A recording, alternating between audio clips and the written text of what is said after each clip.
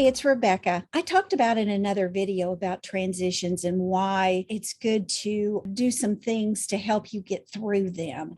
And today, I really want to share with you why setting and having goals through your transition is so vitally important. I mean, it can feel like a roller coaster. For example, when I had to close my brick and mortar store, that was so hard because it was like a roller coaster. Should I do it? Should I not do it? How am I going to do it? What are people going to think if I do it? So many things were going through my head. But once I could anchor myself, like center yourself and calm down a little bit so that I could figure out what my goals needed to be, what it looked like for the time period I gave myself, which was 1 month, to have everything completed. And the best way of doing that, honestly, was to set goals.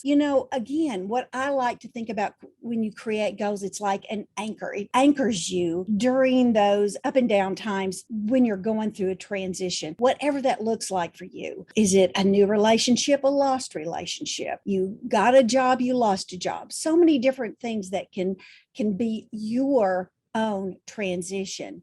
But instead of feeling like you're just being thrown about by the winds of change, those goals are going to help anchor you. And that's why I like thinking about it like that. I'm a very visual person, and I always envision it's almost like you're a boat out on the water, and the winds and the waves are just buffeting you back and forth. But because you have that anchor, you're steady right where you need to be. So let me just share with you just some goals that served me well, not only then, but now. Every time I am transitioning, like I have a new group coaching program, well, I had to set some goals for that. And I had to deal with uncertainty and those limiting beliefs. And again, keeping my focus on where did I want to be in a certain time period to be able to accomplish it. So let's just talk about 5 ways that these goals can help you keep your head above water and you can feel more at ease as you're going through it, right? Okay, 1, you need to remain feeling calm and centered by setting the goals through your transition.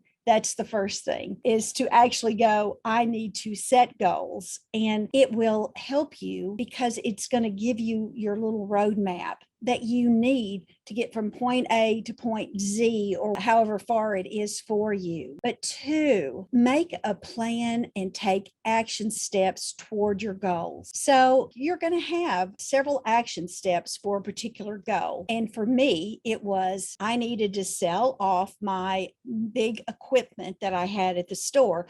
I had fertilizer buggies, I had a forklift, I had a front end loader. So that was my first chore in the big picture. And I had to write down what did I need to do or possibilities to be able to do that. Next came, I needed to start running sales for the merchandise that was in my store, and so on and so forth. But because I did that, I knew what my next step and my next step and my next step, so that in those 30 days, I didn't get to day 25 and go, oh my gosh, I didn't even think about I needed to do this. And in all that too came the utilities, your credit card machine, your phone. There were many, many little parts to that. But to help me stay centered and focused, I made the goals and I set the action plans. So 3, keep your eyes on the prize. What is it that you want to achieve? Again, I kept thinking in 30 days, in so many days, I will have sold all my merchandise, or I will have dealt with it in one way or another, which I also sent in a lot of things to Amazon to sell as a Fulfilled by Amazon seller. But I had my goal, and then I had the action plan, but I had to keep my eyes on what did I want to achieve. It's just like in my group coaching program. It's not just come and enjoy all of these different things that I'm going to teach you and give you in 90 days. You will have all of this. No, it's in 90 days. You're going to be able to increase your profits in your business and take back valuable time for yourself and your family. That's the main goal to achieve. But then there are all the steps along the way. 4, connect with others who are also in transition for support. And for me, I did not really know of anyone else that was having to close down their business at that time, but who I did get support from were my vendors, my banker, and my CPA. Those were the people that helped me to think of even more things that I wouldn't normally think of because I'd never gone through something like this. So that was imperative to connect with other people. And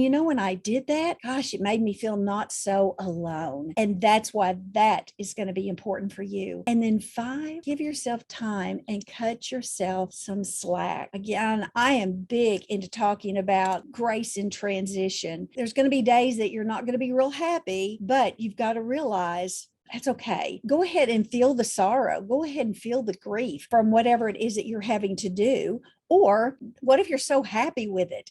And maybe other people aren't so happy with your decision, because sometimes that's what happens. I'll just put this in there. I stopped going to our local Walmart after I closed the store because I had so many people say to me, I can't believe you closed the store. I mean, I'm just not happy about it. I mean, I couldn't listen to that one more time. So I sent my husband to Walmart to do the shopping. But again, y'all, those are just some ways that is going to help you stay focused, get through your transition with grace, create the goals that you need to have in front of you to keep you anchored so that you can keep your head above water as you get through it.